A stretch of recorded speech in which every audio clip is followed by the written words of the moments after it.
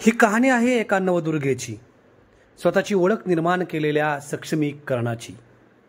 ही कहाणी आहे पुरंदर तालुक्यातल्या शिवरी परिसरातील मनीषा कामथेंची, की ज्यांनी आपली स्वतःची ओळख निर्माण करतानाच उद्योजक होण्याचा मार्ग मोकळा केला। सुरुवातीला बारामती ॲग्रिकल्चरल डेव्हलपमेंट ट्रस्टच्या शारदा महिला संघाने दिलेलं पाठबळ आणि त्यानंतर आता फार्म दीदीपर्यंत पोहोचण्याचा त्यांचा मार्ग, हा सगळा प्रवास अतिशय कौतुकास्पद अशा स्वरूपाचा। पुरंदर तालुक्यातल्या शिवरीत अतिशय कष्टाळू माणसं राहतात आणि साहजिकच याच कष्टाळू घरातील 17 जणांच्या परिवारानं उभं केलेलं हे साम्राज्य।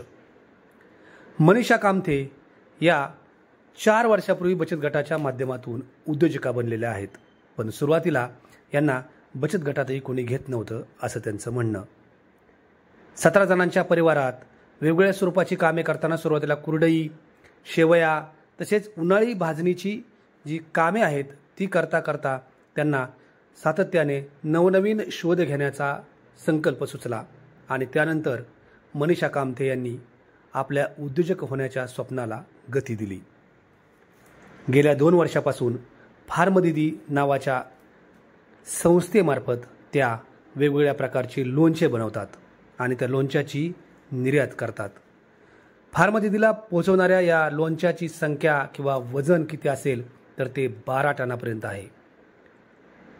मनीषा कामथे यांचा हा प्रवास अत्यंत महत्त्वाचा, तो आपण ऐकूच, पण सगळ्यात महत्त्वाचं म्हणजे मी सक्षमा असा विचार केला तर नेमकं महिलांनी काय करायला पाहिजे याचा मूलमंत्र देणारा ही यशोगाथेचा प्रवास।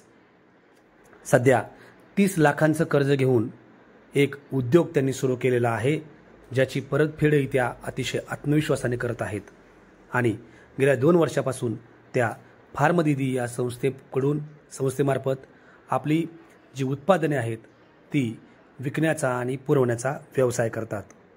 फार्म दीदीनं बीज भांडवल देखील दिलं आणि त्यानंतर पंतप्रधान आणि मुख्यमंत्री रोजगार योजनेतून देखील त्यांना अर्थसहाय्य उपलब्ध झालं। मनीषा कामथे या केवळ पुरंदर तालुक्यातीलच महिलांचा आदर्श नाहीत, तर त्या संपूर्ण महाराष्ट्रातील महिलांचा देखील आदर्श आहेत। ॲग्रिकल्चरल डेव्हलपमेंट ट्रस्टच्या विश्वस्त सुनंदा पवार यांनी देखील त्यांचं या कामाचं कौतुक केलं। सुरुवातीला शारदा महिला संघानं या व्यवसायाला हातभार लावला होता।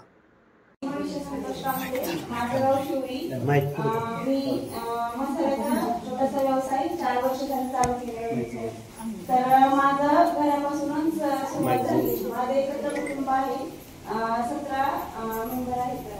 तर मी शेती करून हा व्यवसाय करते। आता माझा म्हणजे माझी शारदानगरला 2 वर्ष झाले माझी बचत चालू आहे 100 रुपये। तर त्याच्यातून मला फार्म दीदी कंपनीची ओळख झाली। तर मी अगोदर स्वतः लोणचे, मसाले, पापड थोडे प्रमाणात बनवत होते। तर शारदा महिन्यातून मी मशिनरी विकत घेतल्या। तर मशिनरी विकत घेतल्यावरती माझं नाव लागला। नंतर मग मला भांडवल पुरं पडलं। फार्म दीदी कंपनीतून 10 किलो 20 किलो मध्ये ऑर्डर येऊ लागली। त्याच्यातून मग मला उमेद अभियानातर्फे सुद्धा बीज भांडवल CIF निधी सुद्धा मिळाला आणि ह्याच्यानंतर मग मी गटातून सुद्धा अश्विनीताईंनी सांगितल्याप्रमाणे मला वहिनी सर मला गटात सुद्धा घेत नव्हते त्यावेळेस, म्हणजे मला म्हणायची ओळख नाही माझी। अध्यक्ष आणि सुद्धा म्हणजे मला गटात घेत नव्हती, माझ्या सासूबाई होत्या तेव्हा गटात। तर मी माझी स्वतःची ओळख निर्माण केली आणि मला आता 2 वर्ष झालं त्या गटात घेतलं आहे।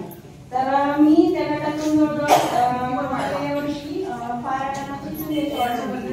तर मला भांडवला पुरं पडलं तर मला अश्विनीताई आणि ज्योतिताई अध्यक्ष मी 2 दिवसात आहे। त्याच्यात मला जवळजवळ 3.5 ते 4 लाखाचं वन टाइम एका दिवसात कर्ज दिलं त्यांनी। तर त्याच्यात मी गेल्या वर्षी 12 टनाची ऑर्डर पूर्ण करू शकले। बचत गटामुळं हे झालं आणि आता माझी 8 दिवसाला जवळजवळ 1200 ते 1300 किलोची लोणचीची ऑर्डर जाते आणि ह्याच्यातून पण कृषी विभागाकडून पण मला PMF योजनेतून मी 30 लाखाचं लोन घेतलं। आता माझ्या त्या लोनला 12 महिने झाले, मी हप्ते वेळेवर फेडते आणि माझी 10 लाखाची सबसिडी पण बँकेत जमा आहे। आणि मला एकच सांगायचं आहे की कुठल्याही तर चिकाटी सोडली नाही पाहिजे.